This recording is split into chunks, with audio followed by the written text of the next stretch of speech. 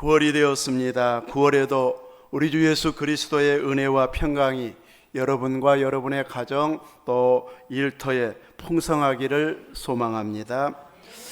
오늘 출애굽기 3장 1절에서 12절 말씀을 통해서 내가 반드시 너와 함께 있으리라, 이런 제목으로 말씀의 은혜를 사모하도록 하겠습니다. 이 말씀은 하나님께서 모세에게 바로에게 가서 내 백성 이스라엘 자손을 애굽에서 인도하여 내게 하리라, 이렇게 약속하면서 주신 말씀입니다. 하나님은 약속하면 틀림없이 지키시는 언약의 하나님, 약속의 하나님이십니다.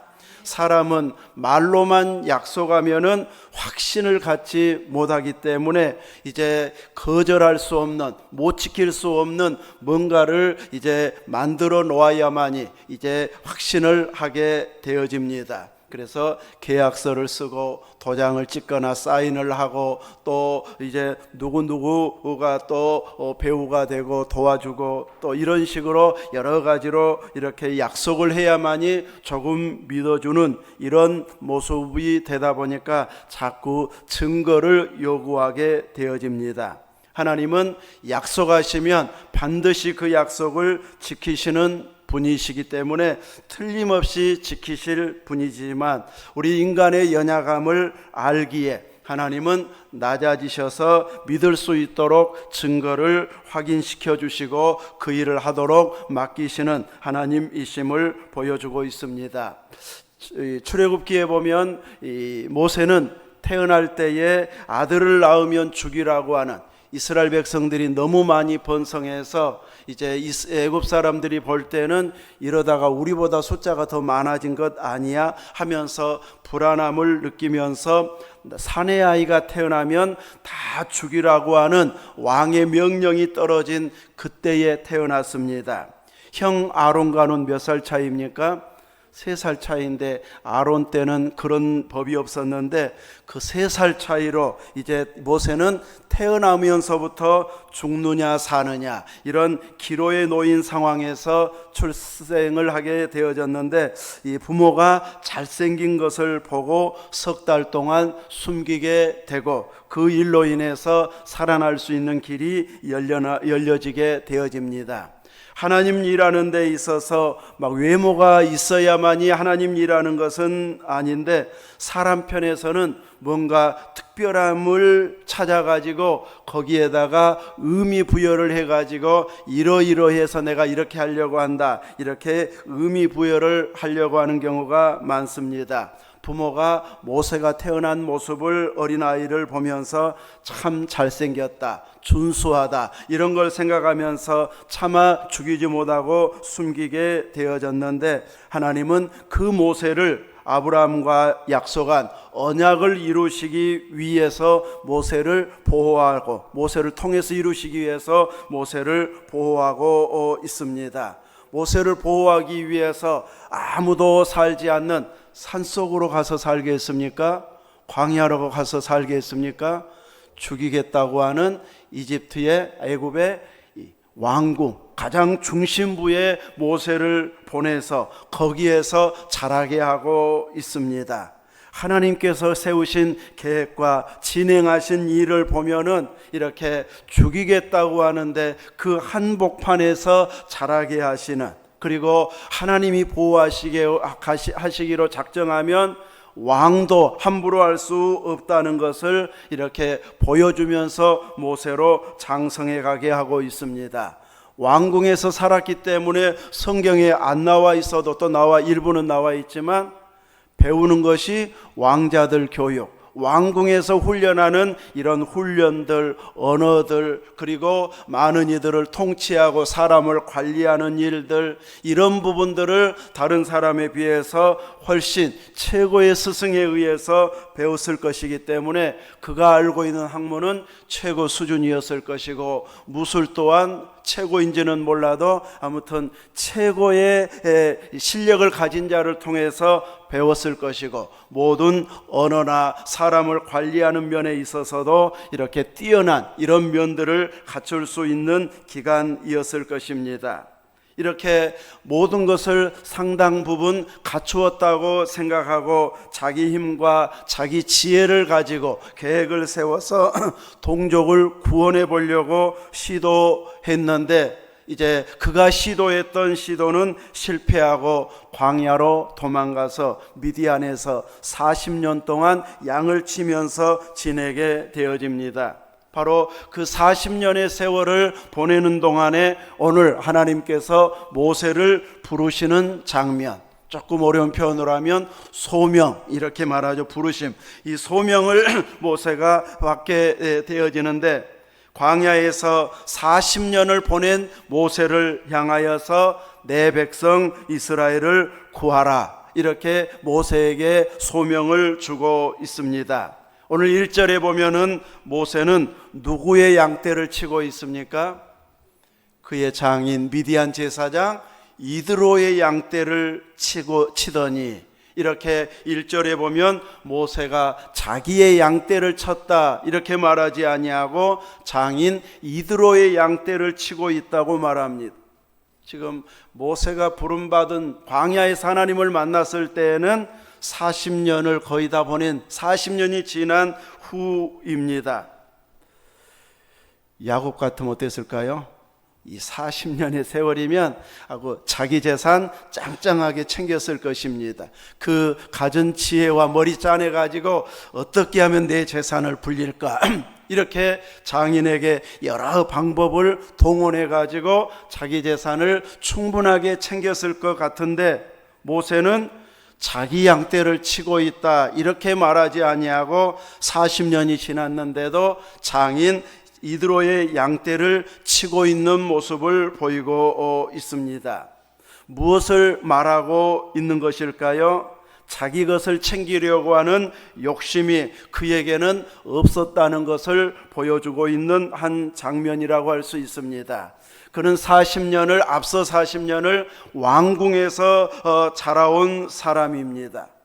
무엇이든지 말만 하면 다 주는, 채워지는 부족함이 없는 왕궁에서 살아본 사람입니다. 막강한 권력을 가지고 있고 따르는 자가 있고 명령만 내리면 왕은 아니지만 바로의 공주의 아들로 자라왔기 때문에 어느 사람 못지않은 막강한 권력이 있어서 그가 요구한 것은 이제 왕 다음으로는 어느 정도 채워질 수 있는 이런 막강한 권세를 가진 자였고 상당한 재력도 마음껏 사용할 수 있는 그런 삶을 40년 동안 살았던 자가 모세입니다. 이렇게 막강한 권력과 재력과 또 권위를 가지고 살아왔는데 그것이 얼마나 허무한 것인가를 하루아침에 그는 경험하기도 했습니다. 그러다 보니 미디안 광야에서 생활 속에서는 그 많은 물질을 가진들 무엇하며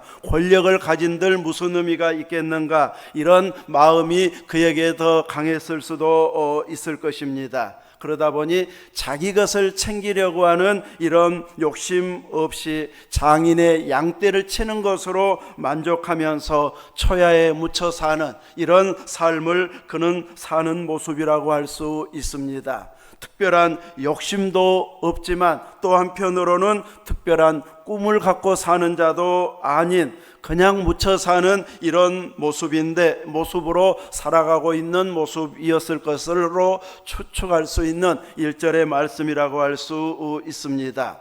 지도자가 개인의 욕심이 많아져서 자기 욕심을 챙기려고 하다 보면 나라 살림이 엉망이 되어버립니다. 지도자 모세는 그런 욕심이 없었기 때문에, 그런데 관심을 두고 있지 않았기 때문에 하나님께서 맡기신 이스라엘 백성들을 40년 동안 인도해 가면서 누구 한 사람에게나 무엇을 요구하지 않는 청렴결백한 모습을 그는 광야 생활에서도 또 이스라엘 백성들을 인도해 갔던 광야에서도 보여주고 있습니다. 이런 모세를 하나님께서는 지도자로 세우셔서 내 백성 이스라엘을 바로에게서 구해내라 이렇게 말씀을 주시고 있습니다. 그날도 모세가 장인의 양떼를 치면서 광야 서쪽으로 양떼들을 인도해 가면서 하나님의 산 호렙에 이르렀을 때 여호와의 사자가 떨기나무 가운데로 나오는 불꽃 안에서 그에게 나타났습니다. 제가 젊었을 때 성경을 보았을 때는 미디안 광야 호렙산에서 그가 양떼를 쳤다는 데는 관심 있게 읽어보지도 않고 이제 그곳에서 그가 양을 쳤는지도 모른 상태에서 성경을 그냥 읽어갔었는데 이제 나중에 이렇게 성경을 조금 더 자세히 보는 시점에서 보니까 그가 양을 쳤던 그 호렙산으로 하나님은 이스라엘 백성들을 인도해냈고 거기에서 이제 모세가 40일 금식하면서 이제 돌비를 받고 율법을 받고 이제 2년 동안 그 신의 광야에서 말씀을 받고 율법을 가르치는 이 시간을 보냈었는데 그것이 생전 처음 가본 땅이 아닌 모세가 익숙하게 보내왔던 광야 40년의 그 근처 혹은 그 중심 자리가 바로 이곳이었던 것을 보여주면서 하나님께서 얼마나 세밀하게 모세를 그냥 아무 관심 없이 40년 보내게 하는 것처럼 보여졌지만 하나님은 앞으로 40년을 모세에게 맡기기 위해서 앞서 준비하게 하는 이 기간이 장인의 양떼를 치는 기간이었음을 보여주고 있습니다. 모세가 보니 떨기나무에 불이 붙어 있는데 불이 붙으면 타야 되고 주변에 막 번져가야 되고 주변에 번질 것이 없으면 그것만 태우고 이제 많은 불이 꺼져버리는 이런 모습을 보아야 되는데 모세가 본 불은 꺼지지도 않고 그러면서 떨기나무가 다 타버리지도 않는 희한한 광경을 보면서 이게 무슨 일인가 하고 가까이 보기 위해서 나아가게 되어집니다. 여러분들은 이런 불을 보면은 궁금해서 가보겠습니까? 관심 없겠습니까? 가볼 것 같죠? 아무튼 관심 없는 사람도 있을 수는 있지만 보통은 참 궁금해서라도 가보게 될 것입니다. 가까이 갔을 때에 이제 하나님은 모세야 모세야 하고 부르시면서 가까이 오지 말라고 말합니다. 내가 선 곳은 거룩한 땅이니 내 발에 신을 벗으라. 발에서 신을 벗으라고 하면서 하나님께서 그에게 말씀해 주시는 장면이 나오고 있습니다. 구약 성경에서는 하나님께 가까이 나아가고 하나님을 본 자는 살 수 없다는 것을 모든 이스라엘 백성들은 알고 있었습니다. 그래서 하나님을 뵙는 것은 큰 두려움으로 생각했고 나 죽었구나 이런 식으로 받아들일 만큼 두려움 가운데 하나님을 만나기 때문에 하나님께서는 자신의 모습을 다 보여주지 않고 가리우시거나 혹은 사람의 모습으로 하나님의 사자의 모습으로 나타나시지 본 모습을 다 보여주시지는 않습니다. 이렇게 하나님께서 부르실 때는 그 은혜로 가리워주지 않으면 죽기 때문에 하나님께서는 가리워주셔서 그로 하여금 하나님의 일을 할 수 있도록 이렇게 말씀을 주시고 있는데 하나님께서 주신 말씀은 나는 내 조상의 하나님이라고 말씀해 주시고 있습니다. 수대가 흘러서도 자기들의 조상이 누구인지는 정확하게 알고 있습니다. 이스라엘 백성들이 애굽에 살면서도 요셉의 뼈를 하나님께서 떠나보내서 가나안 약속의 땅으로 갈 때에 내 뼈도 가지고 가라 이 부탁을 했었는데 출애굽할 때에 이스라엘 백성들 특별히 요셉 지파 사람들이 요셉의 뼈를 가지고 가나안까지 가서 묻는 이런 일을 성실히 수행하는 것을 보여주고 있습니다. 그래서 자기들의 조상이 누구인지 모르고 그냥 관심 없어 하는 것이 아니라 그들은 철저히 교육 속에서 알고 있고 또 무엇을 명령했는지도 자세히 알고 있을 만큼 조상들에 대해서는 깊은 관심을 갖고 있기 때문에 하나님께서 나는 내 조상의 하나님이라고 말하면서 모세가 친근히 다가올 수 있도록 말씀을 주시고 있습니다. 곧 나는 아브라함의 하나님, 이삭의 하나님, 야곱의 하나님이라 이렇게 말씀했을 때 모세는 하나님 뵙기를 두려워해서 얼굴을 가렸을 때 하나님께서는 애굽에 있는 내 백성의 고통을 분명히 보았고 그들의 감독자들에게 얼마나 많은 학대를 당해서 하나님께 부르짖고 있는지를 다 들었다고 말씀하면서 그 근심을 알고 내가 건져내어서 아름답고 광대한 땅, 젖과 꿀이 흐르는 가나안 땅으로 그들을 데려가노라 하면서 모세에게 하나님의 계획을 자세하게 친절하게 설명해 주고 있습니다. 하나님은 모세가 아니어도 누구를 통해서든지 혹은 홀로 이스라엘 백성들을 충분히 인도해 내실 수 있는, 이끌어 가실 수 있는 분이시지만 많은 경우에는 사람을 통해서 하나님은 일하시는 분이십니다. 그래서 준비된 모세를 사용하시고 우리가 깨어있고 준비하고 있으면 우리들을 통해서 하나님의 계획이 진행되도록 사용하고 계시는 하나님이십니다. 그 능력의 하나님께서 모세를 향해서 9절에서 이제 가라 이렇게 말씀하고 있습니다. 아무런 준비가 안 돼 있다고 생각하는데 하나님께서는 때가 차서 이제 내 백성을 구원하러 애굽 왕 파라오에게 가라 이렇게 말씀하고 있습니다. 모세가 그 일을 시도하지 않은 것은 아니었습니다. 40년 전 왕궁에 있을 때에 자기 동족들을 돌아볼 마음이 있어서 보다가 애굽 사람에 의해서 핍박을 박해를 당하고 있는 것을 보고 동족을 돕기 위해서 애굽 관리를 쳤다가 그가 죽게 되어져서 모래에 숨긴 적이 있었는데 그 다음날 이스라엘 백성들끼리 동족끼리 싸우고 있는 것을 보면서 왜 동족끼리 싸우고 있느냐 하고 말렸을 때 어제는 애굽 사람을 죽이더니 오늘은 나 죽이려고 그러느냐.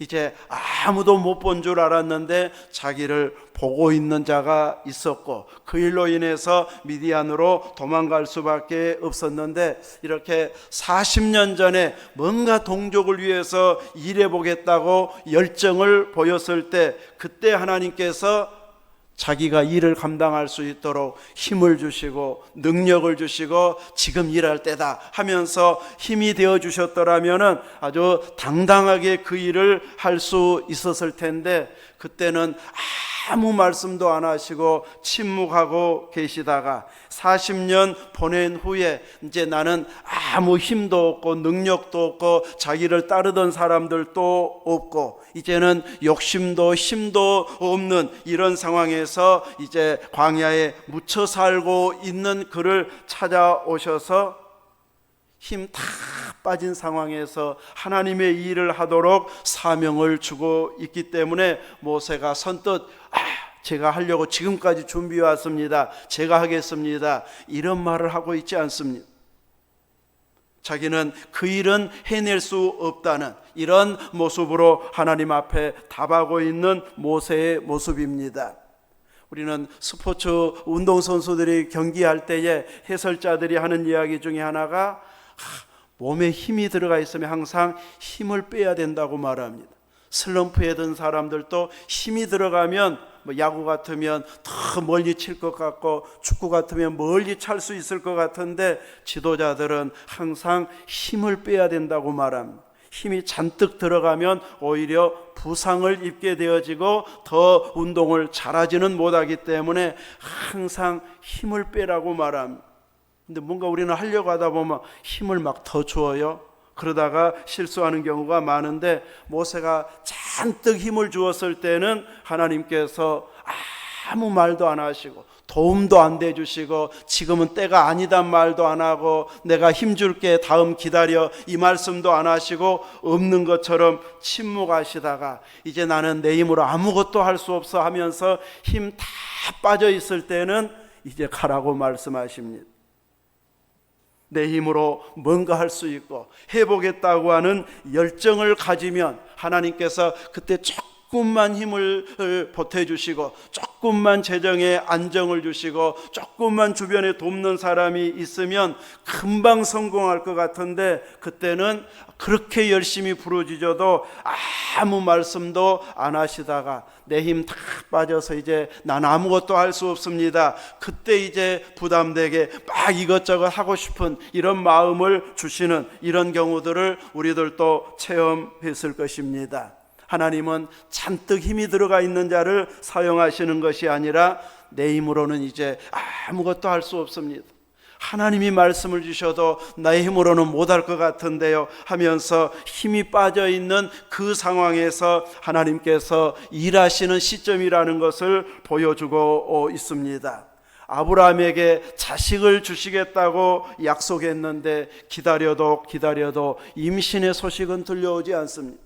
10년을 지내도 자식을 임신하지 않는, 그래서 다른 방법이 있는가 하고 다른 방법으로 이제 임신해서 이제 자라게 되어지는, 뱃속에서 아이가 자라는 그 과정에서야 그는 아니다, 사라를 통해서 난 자가 내가 약속한 자녀다 하면서 처음부터 말씀하셨으면 그 실수는 안 했을 것 같은데 하나님 침묵하시다가 이제 이스마엘이 임신된 상황에서야 이제 이스마엘이 아니라고 말씀하고 있습니다.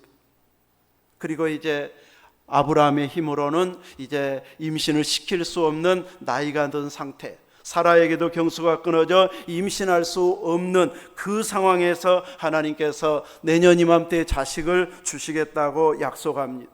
인간적으로는 자식 낳을 가능성이 1도 없는 상황에서 하나님은 능히 할 수 있다는 것을 보여주시는 전능하신 하나님이심을 보여주고 있습니다. 이스라엘은 아브라함이 100세에 아들을 낳았기 때문에 민족으로 번성할 수 있었던 것이 아니고 사람의 힘으로는 불가능할 때 임신시켜서 낳게 하심으로 인해서 이스라엘은 하나님이 주신 민족임을 보여주시고 있습니다. 100세의 아브라함에게도 자식을 낳게 하실 수 있다고 하는 하나님의 능력을 통해서 하나님께서 주신 나라가 이스라엘이었습니다. 이렇게 인간적으로는 전혀 가능성이 없을 때 하나님은 일하기 시작하고 있습니다. 이렇게 아브라함에게도 모세에게도 내 힘으로 할 수 있을 것 같았을 때에는 하나님께서 침묵하시고 이제는 포기하고 안 되지 하고 물러섰을 때에 하나님께서 내가 말한 대로 따르기만 하라 하면서 순종을 촉구하고 있습니다. 오늘 모세에게도 이제 가라, 이제 80세 된 모세에게 내 백성을 구하러 가라고, 애굽으로 가라고 말씀하고 있습니다. 이렇게 하나님의 일하시는 때가 언제인지를 알면 우리들은 성급해지지 아니하고 어느 때 하나님께서 말씀하시든지 지금이 하나님께서 일하시는 때다 싶으면 내 형편, 환경 따지지 아니하고 하나님이 일하기를 원하시는 그 시점에 순종을 결단하는 이런 순종의 자세가 우리에게서 나와야 된다는 것을 깨닫게 해주고 있습니다. 또 한편으로 하나님은 언제 일하시는가 했을 때 이스라엘 자손의 부르짖음이 하나님 앞에 상달되어져서 하나님께서 들으실 때에 이제 아브라함과의 언약을 기억하시고 그 일을 진행하시려고 준비하고 진행해 가시는 하나님이심을 보여주고 있습니다. 이미 하나님께서 이스라엘 백성들에게 약속했던 일이지만 이스라엘 백성들이 부르짖을 때에 그 일을 진행하시는 하나님이셨습니다. 구체적으로 이때쯤 기도하면 하나님이 들어주시겠지, 그거 생각하면서 기도한 것 아니고 너무 이제 노동력이 심하다 보니까 힘드니까 그냥 고통스러워서 부르짖었는데 하나님은 그 울부짖음의 소리를 들으시고 이제 하나님께서 내 백성을 구해내야지 하면서 일을 진행해 가고 있습니다.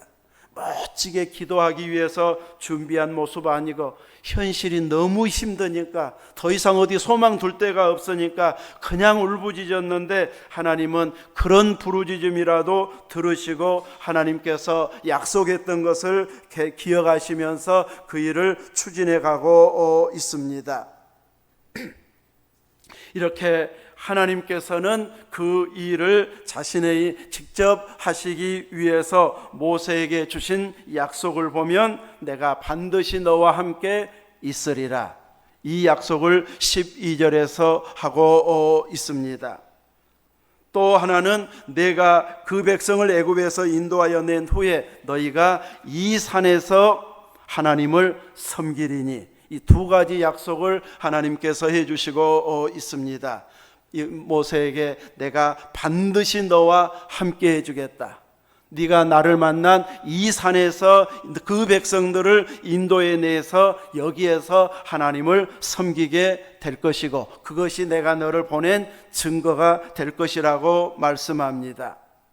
그런데 모세는 그 약속만 가지고는 이제 자신을 가지고 일을 추진할 수 없기 때문에 자꾸 자기 눈에 보이고 확인할 수 있는 뭔가 다른 능력을 요구하고 있는, 달라고 하는 이런 요구를 하게 되어지는데, 하나님의 최고의 약속은 항상 내가 반드시 너와 함께 있으리라, 이것이 하나님의 최고의 약속입니다.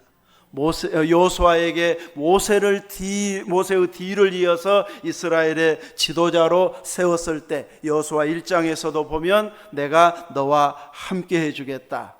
야곱도 이제 외삼촌 라반의 집으로 피난 갈 때에도 베델에서 만나 주셨을 때에도 내가 함께 해주겠다. 이 약속이 하나님의 최고의 약속입니다.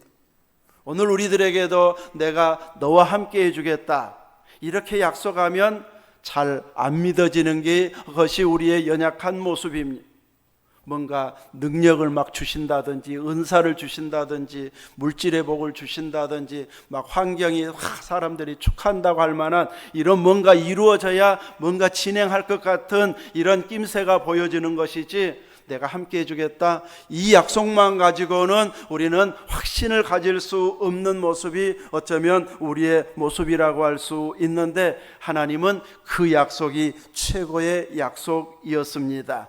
그래도 모세가 이스라엘 백성들이 나 안 믿어줄 텐데요, 하나님이 나 보냈습니다면 누가 나를 보냈다고 믿어주겠습니까 하면서 안 믿어줄 것 같다고 하니까 모세가 가지고 있는 양떼를 칠 때 사용했던 지팡이를 던지라고 말합니다. 던지니까 뱀이 되고, 뱀의 꼬리를 잡으라고 하니까 잡으니까 다시 또 지팡이가 되는, 이런 이적을 보여주시면서 내가 너와 함께한 증거를 이렇게 보여주심으로써 자기 백성을 구하라고 말씀하고 있습니다. 더 하나 추가해서 내 손을 품에 넣어보라고 해서 넣었더니 나병이 걸렸습니다. 다시 품에 넣으라고 하니까 그 나병 걸렸던 손이 또 깨끗하게 본래의 살로 돌아왔습니다. 이 두 가지 이적도 그 백성들이 믿지 않으면은 나일강에 가서 물을 떠다가 땅에 부으라, 그러면 네가 떠온 물이 피가 될 것이다. 앞에 있는 이적은 안 믿어도 이걸 보면 너 동족들이 이제 믿고 따르게 될 것이다. 이 정도면 모세가 알겠습니다 하고 따라야 될 것 같은데, 자기는 입이 둔하고 입이 뻣뻣하고 혀가 둔한 자여서 그 일을 못한다고 이야기하니까 형 아론을 붙여주어서 그 일을 하도록 하나님께서 명하고 있습니다. 모세가 순수하게 순종하고 이스라엘 백성들이 이렇게 순수하게 말씀만 하면은 잘 순종하는, 다른 나라와 비교되는 좋은 인품을 가진 백성이었기 때문에 하나님께서 자기 백성 삼아주시고 인도해낸 것이 결코 아니었습니다. 그들도 이방인들 못지않게 강팍한 자들이었습니다. 특별한 더 나은 점이 있었던 것도 아닌데, 하나님은 아브라함에게 약속했기 때문에 강팍한 그들을 변화시키기 위해서 약속을 지키시는 하나님의 열심 때문에 가능했음을 보여주고 있습니다. 그리고 나서 이 산에서 떨기나무 불꽃을 보았던 그 산으로 인도해서 하나님을 섬기게 하는 그 은혜를 베풀어 주시겠다고 하면서 이렇게 이 모세를 보내서 그 약속을 진행하는 과정들, 그리고 이 시내산까지 온 장면이 이제 마지막 출애굽기 부분에서 마지막 장에는 성막까지 완성하고 그곳에서 하나님을 섬기는 그 영광스러운 장면으로 출애굽기는 마무리되고 있습니다. 하나님의 약속 중에 최고의 약속은 아들을 보내시는 약속을 이루신 것이었습니다. 아들을 보내셔서 예수 그리스도를 통해서 천하 만민의 죄값을 십자가로 대신 지게 하셨고, 그 아들 예수 그리스도를 믿는 자마다 하나님의 백성이 되는 영광스러운 신분을 허락해 주셨습니다. 이렇게 이스라엘 백성들을 인도했던 모세는 히브리서에 보면 하나님의 집에서 종으로 충성한 자라고 말하고 있고, 예수님은 하나님의 집에서 아들로 충성했다고 말합니다. 충성은 똑같은데 종이 대단합니까? 아들이 더 대단합니까? 아들이 더 대단합니다.